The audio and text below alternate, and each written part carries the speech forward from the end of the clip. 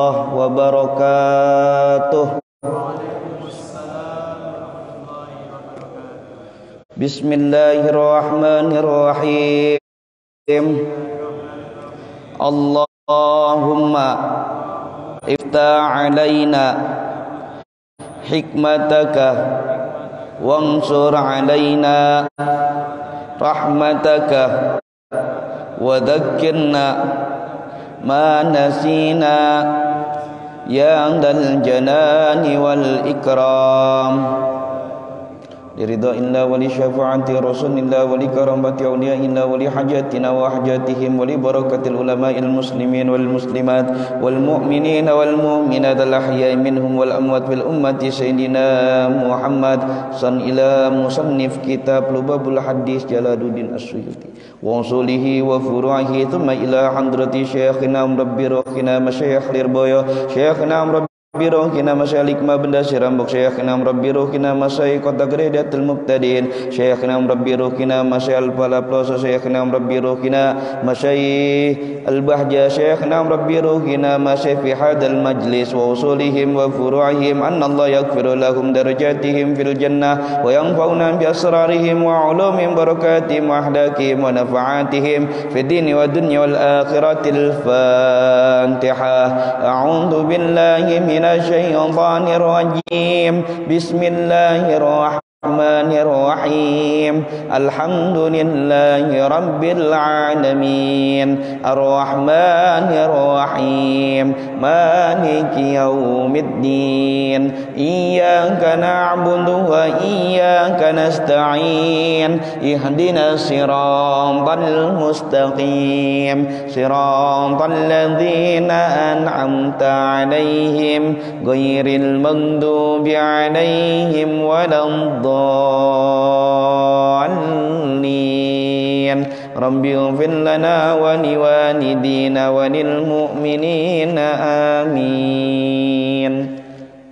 Bismillah walhamdulillah wassalatu wassalamu ala rasulillah Muhammad ibni Abdillah wa alihi wa sahbihi wa mawalah la hawla wa la quwwata illa billah.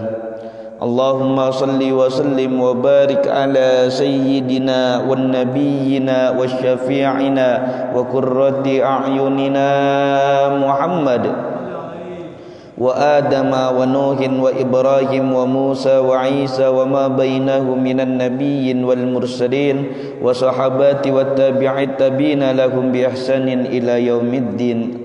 Amma ba'du. Subhanaka la ilma lana ma illa 'allamtana innaka antal alimul hakim. Rabbi shrah li sadri wa yassir li amri wahlul 'uqdatam min lisani yafqahu qawli yafqahu qawli yafqahu qawli. Ulama anal kiram hadaratul muhtaramin wal karamin, para alim, para ulama, para sesepuh, bini sepuh, para kiai, para bunyai, para ustadz, ustazah, ibu-ibu, bapak-bapak, adik-adik, kakak-kakak semua yang hadir pada pengajian pada hari ini, yang mudah-mudahan selalu diberikan keistiqomahan hati dan pikirannya serta tubuhnya, anggota tubuhnya untuk menjalankan ibadah kepada Allah Subhanahu wa taala. Dan mudah-mudahan Allah Subhanahu wa taala juga selalu memberikan kita kesehatan wal afiyah dan juga diberikan umur yang panjang untuk selalu beribadah di jalan Allah Subhanahu wa taala. Amin amin ya rabbal alamin. Bismillahirrahmanirrahim. Qala musannifu rahimakumullah. Allah taala wa nafa'ana bihi wa bi ulumihi fid dharain amin. Al-babul khamis, bab yang kelima, fi fadilatil iman, pembahasan tentang keutamaan kita beriman kepada Allah Subhanahu wa taala dan iman kita kepada Rasulullah sallallahu alaihi wasallam.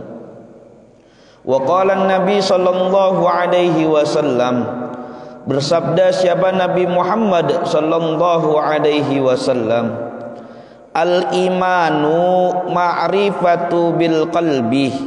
Yang namanya iman itu dapat diketahui dengan hati ataupun dapat dipahami dan diyakini dengan hati. wa qawlu bil lisani, dan juga bisa diucapkan menggunakan lisan, wa amalu bil arkani, dan juga dijalankan dengan anggota tubuh atau anggota badan kita. Yang namanya iman itu bukan hanya lingkupan lisan kita bersahadat kepada Allah Subhanahu wa ta'ala dan untuk Nabi Muhammad, tetapi iman juga kalau bisa itu lingkupannya ketika kita sudah bersahadat, kita juga harus membiasakan diri beribadah kepada Allah Subhanahu wa ta'ala. Dan juga kita juga harus membiasakan diri untuk berzikir kepada Allah Subhanahu wa ta'ala, sehingga yang namanya iman itu sempurna. Bukan hanya hati saja yang kita meyakini Allah dan Nabi Muhammad itu adalah Tuhan dan utusannya, tetapi lisan kita juga harus bisa menjaga bagaimana akhlaknya Nabi Muhammad terhadap lisannya, bagaimana yang namanya perbuatan Nabi Muhammad terhadap perilakunya.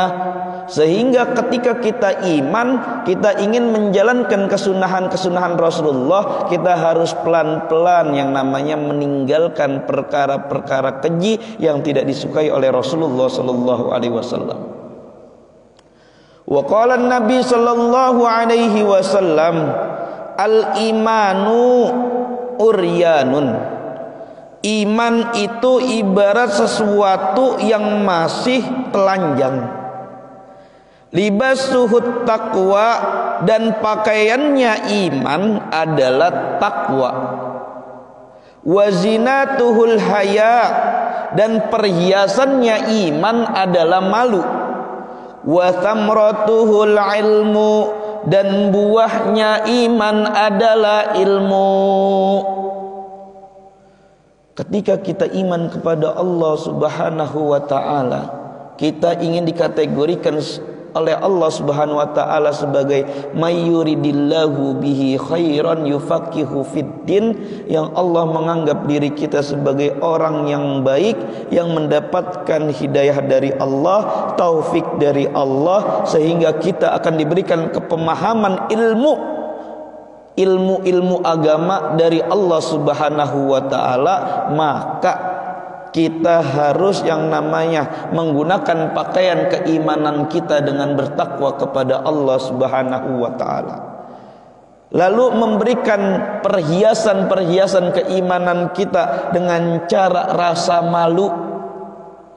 Lalu juga ditambah nanti ketika semuanya sudah lengkap, tinggal kita ambil buah dari keimanan kita dengan ilmunya Allah Subhanahu wa ta'ala.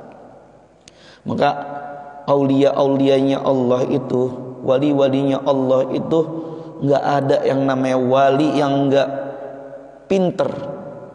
Rata-rata itu pasti futuh, dibuka oleh Allah hati dan pikirannya, yang bisa mengetahui keseluruhan tentang rahasia-rahasia Allah.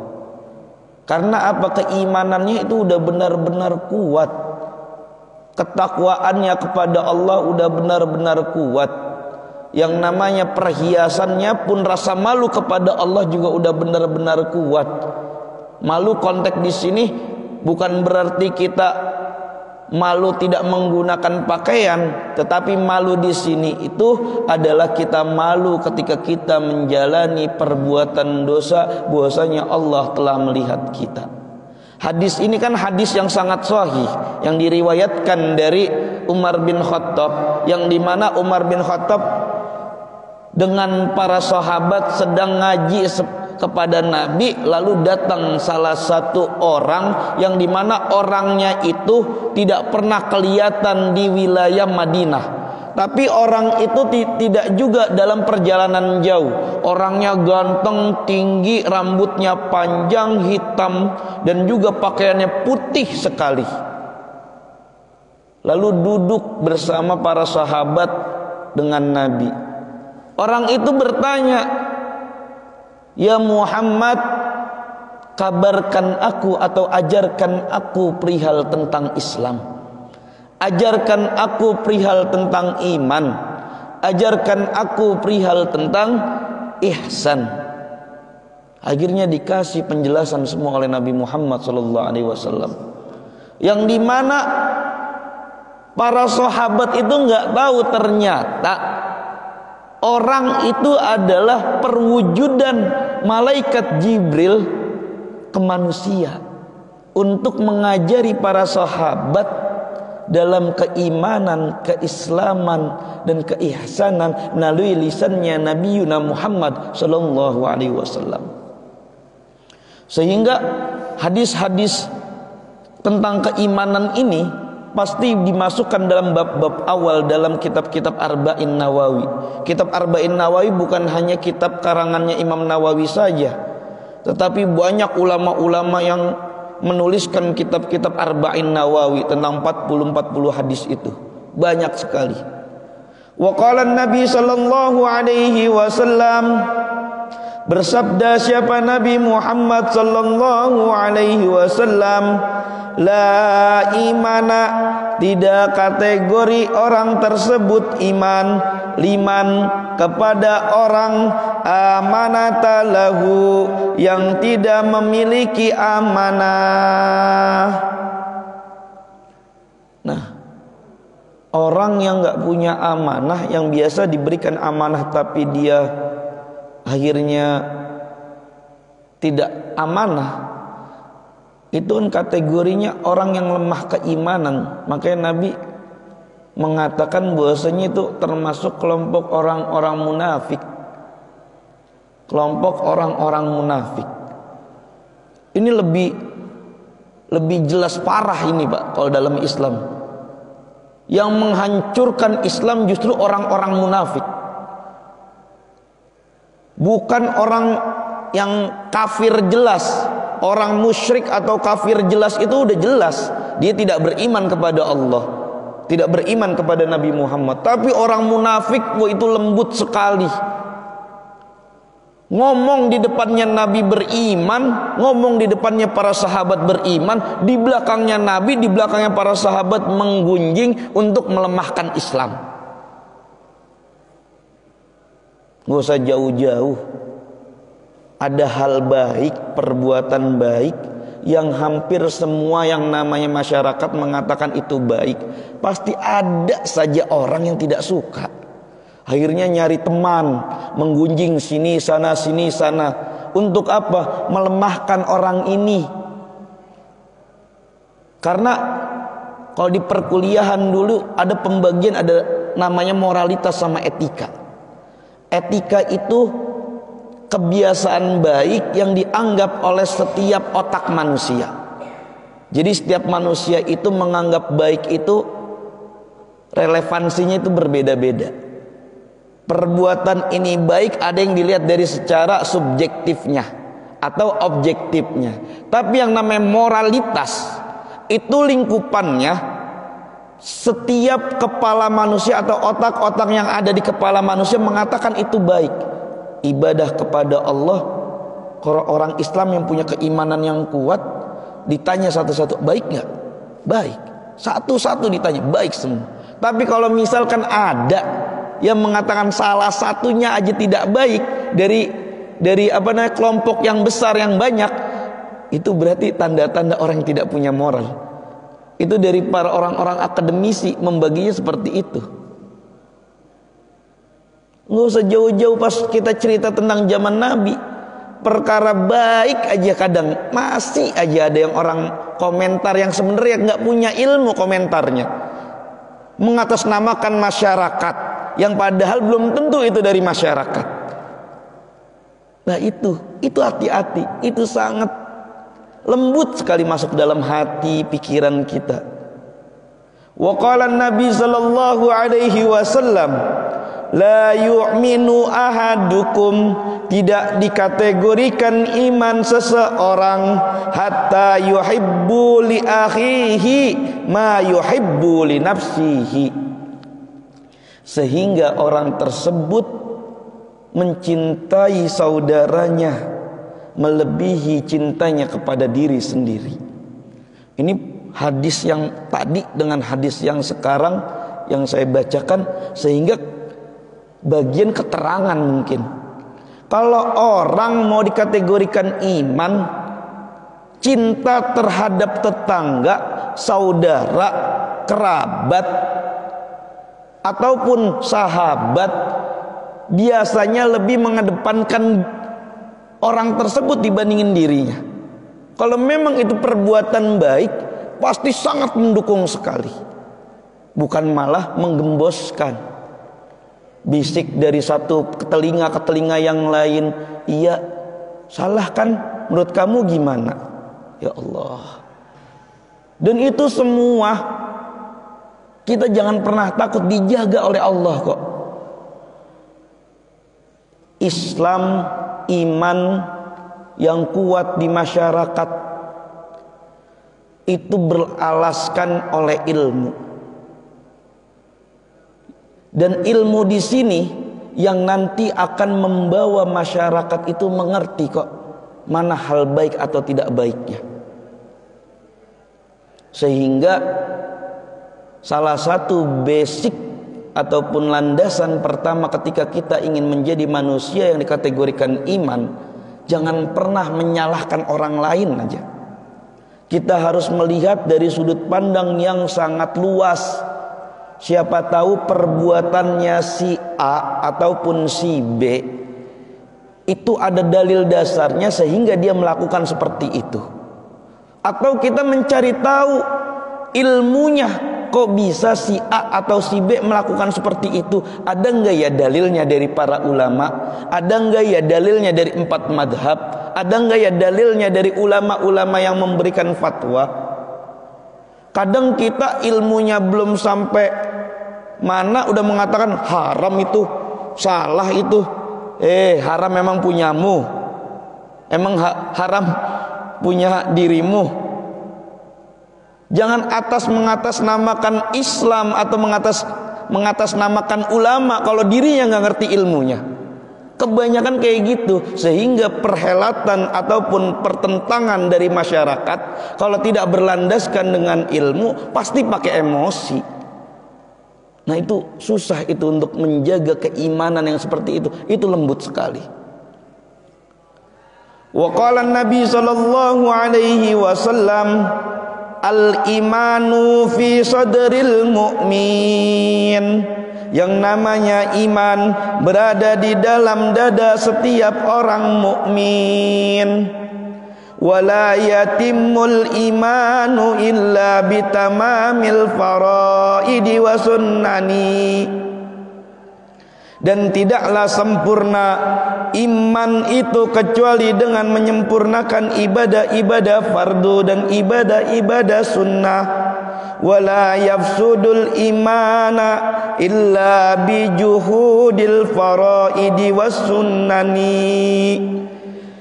Dan tidaklah rusak iman itu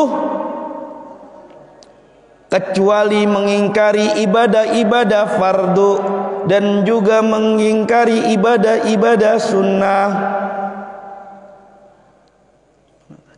Faman naqasa fariidatan bighairi juhudin uqiba 'alaiha wa man attamal faraida wajabat lahul jannah. Barang siapa yang mengurangi melaksanakan ibadah fardu tanpa ingkar, maka dia akan disiksa atas hal itu. Dan barang siapa yang menyempurnakan ibadah fardu, maka wajib baginya surga.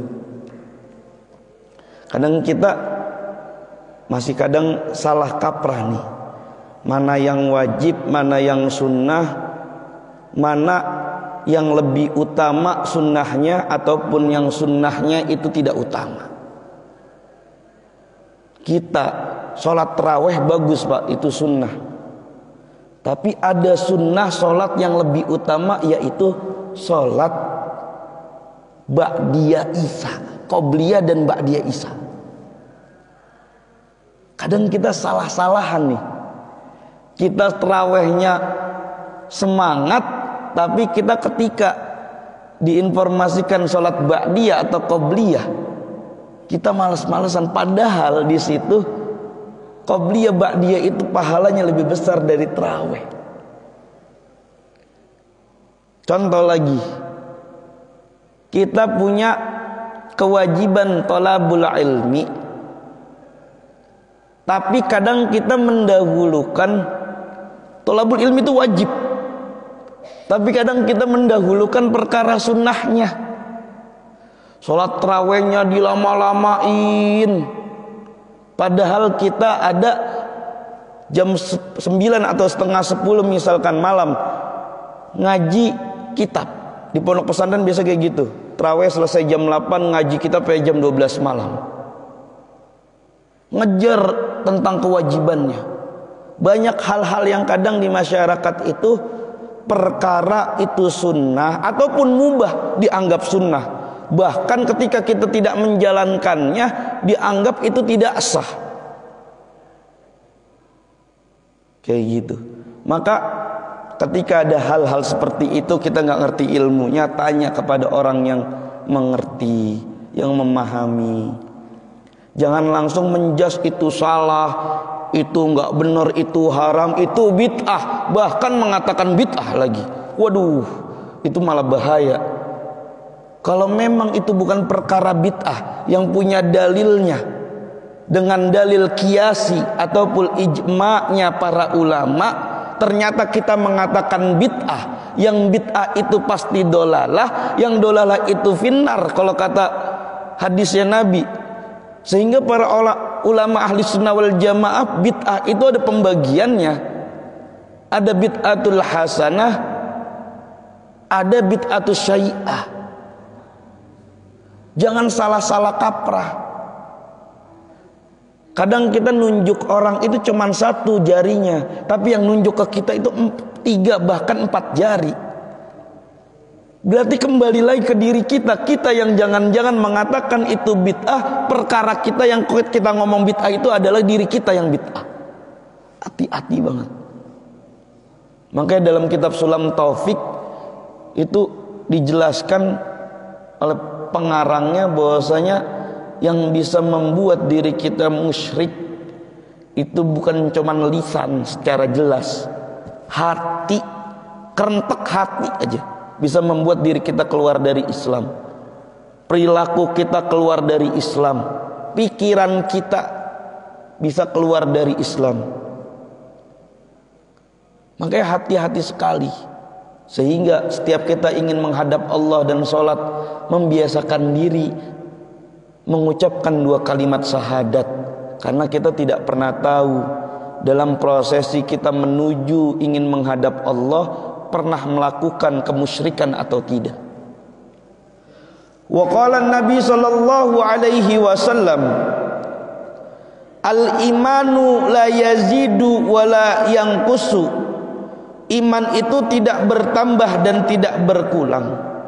Walakin lahu hadda ay ta'rifun bi dzikrin afradi furu'il imani fa inna qasa fa fi haddahi wa asluhu syahadata alla ilaha illallah wahdahu la syarikalah wa anna muhammadan abduhu wa rasuluh wa iqamus shalah wa itta'uz zakah wa saumu ramadan wa hajjul wal ghuslul janabah faman jada fi haddihi zadat hasanatuhu wa man naqasa fihi fa fihi.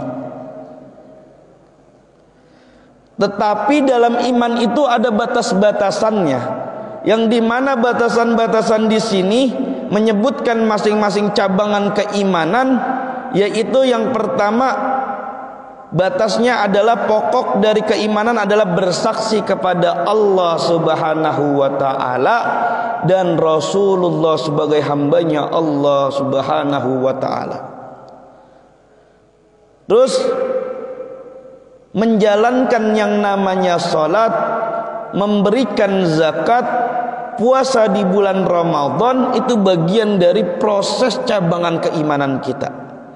Dan jika kita memiliki dana yang memang fisik kita kuat juga, pergi haji ke Baitullah, lalu juga kita mandi janabah, dan faman jada fi haddahil zadat hasanatuhu wa man naqasa fihi fa fihi. Kemudian barang siapa bertambah di dalamnya batasan keimanan, maka bertambahlah kebaikannya. Dan barang siapa yang berkurang di dalamnya, maka ia ada di dalam batasan keimanan tersebut. Nah, keimanan ini juga berkenaan tentang hati. Hati ini kayak badan kita, Pak, Bu. Hati ini memerlukan yang namanya konsumsi. Hati itu harus dikasih makan. Makannya hati dengan berzikir kepada Allah, makannya hati dengan bersolawat kepada Nabi Muhammad SAW, makanannya hati dengan beribadah kepada Allah, makanannya hati dengan bertakwa kepada Allah. Itu juga bagian dari kekuatan keimanan. Wa qala Nabi sallallahu alaihi wasallam, al-imanu nisfani fanisfu fi sabri wa nisfu fi syukri. Iman itu dibagi menjadi dua. Yang pertama disebabkan itu sabar, yang kedua disebabkan itu syukur. Itu iman. Hidup itu antara sabar dan syukur saja sebenarnya. Kita dikasih cobaan oleh Allah, ya sabar, tapi juga syukur. Mudah-mudahan dinaikin derajat oleh Allah. Dikasih nikmat sama Allah, ya harus bersabar. Karena apa? Mungkin nikmat ini justru cobaan kita agar kita nanti berpaling kepada Allah. Tapi juga harus syukur kepada Allah karena telah diberikan nikmat. Karena hidup itu mengenai keimanan itu cuma dua, sabar ya syukur, alhamdulillah dan juga alhamdulillah. Selalu bersyukur kepada Allah, sabar juga dengan mengucapkan alhamdulillah. Wa qala Nabi sallallahu alaihi wasallam, al-imanu qayyidul fatki. Yang namanya iman itu tali yang mengikat, yang sangat kuat. La yaftiku mu'min, maka seorang mukmin tidak akan membunuhnya, ya. Wa qala Nabi sallallahu alaihi wasallam, khalaqallahu al-imana wa haffahu wa maddahahu bi samahati wal haya'i wa khalaqallahu al-kufra wa dammahu bil bukhli wal jafa'i. Allah telah menciptakan keimanan, menghiasinya dan memujinya dengan sifat murah hati dan sifat malu. Dan Allah menciptakan kekufuran, mencelanya dengan sifat kikir dan sifat durhaka. Allah menciptakan keimanan dengan kasih sayang dan juga rasa malu. Dan juga Allah menciptakan yang namanya sifat kufur, itu dari kikirnya seseorang dan juga sifat durhakanya seseorang hamba. Wa qala Nabi sallallahu alaihi wasallam, idza dakhala ahlul jannah, idza dakhala ahlul jannah, tatkala penduduk surga itu masuk ke dalam surga, wa ahlun nara wa ahlun nari, dan penduduk neraka, an-nara amarallahu ta'ala bin ayyakhruja minan nar man kana fi qalbihi mithqala dzarratin minal iman. Tatkala penduduk surga memasuki surga dan penduduk neraka memasuki neraka, maka Allah yang maha luhur memerintahkan untuk mengeluarkan dari neraka orang yang ada di dalam hatinya keimanan kepada Allah, walaupun hanya seberat dzarrah. Dzarrah itu apa? Biji yang kecil yang mungkin bijinya itu masih bisa dipotong jadi dua, kecil sekali. La dzarratin khairayyarah, la dzarratin syarrayyarah. Itu semuanya ada hitungannya sama Allah. Sehingga dijelaskan dari beberapa cerita dari ulama sebelum kita tutup, nanti ketika sudah di akhirat, ketika pintu surga ditutup, ingin ditutup oleh Allah Subhanahu wa taala, dan pintu neraka ingin ditutup oleh Allah Subhanahu wa taala, ada salah satu hamba yang masih terus bertasbih kepada Allah. Ilahana, ilahana, ilahana, ilahana, wahai Tuhan kami, wahai Tuhan kami. Manggil terus di dalam neraka. Satu hamba itu disiksa di neraka tapi bertasbih sama Allah. Wahai Tuhan kami, wahai Tuhan kami, wahai Tuhan kami. Akhirnya Allah bilang, nanti dulu, jangan ditutup dulu pintu surga dan pintu neraka, cari hambaku yang masih bertasbih kepadaku. Akhirnya malaikat itu mencari, Pak, tidak ketemu.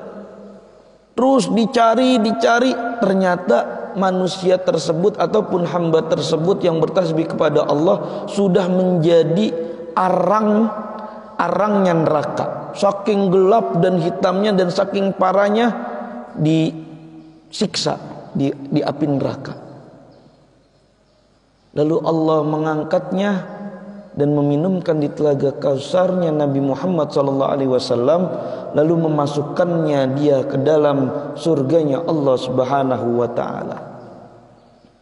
Di sini berarti kita harus ketahui, ibadah kita itu bukan karena kita menginginkan surga. Ibadah kita bukan karena kita ingin yang namanya masuk neraka, tetapi ibadah kita harus didasarkan ingin mendapatkan ridhonya Allah Subhanahu wa taala. Sehingga diterima atau tidak diterimanya ibadah kita oleh Allah, itu yang penting Allah ridho kepada kita, dan itu kedepannya akan enak. Mudah-mudahan kita yang hadir pada majelis hari ini selalu diberikan keridhaan oleh Allah Subhanahu wa taala, dan mudah-mudahan keimanan kita selalu ditetapkan selalu sampai kita nanti meninggal dan bertemu kepada Allah Subhanahu wa taala. Amin amin ya rabbal alamin. Jika ada pembacaan dari kitab saya yang salah, itu pure kebodohan saya sendiri, bukan dikarenakan guru-guru saya. Wallahu a'lam bishawab, wallahul muwaffiq ila aqwamit thoriq. Wassalamualaikum warahmatullahi wabarakatuh. Waalaikumsalam. Sallallahu rabbuna ala nuril mubin Ahmadan Mustafa Sayyidil Mursalin wa ala alihi wa sahbihi ajma'in. Sallallahu rabbuna ala nuril mubin Ahmadan Mustafa Sayyidil Mursalin wa ala alihi wa sahbihi ajma'in. Rabbana atina fid dunya hasanah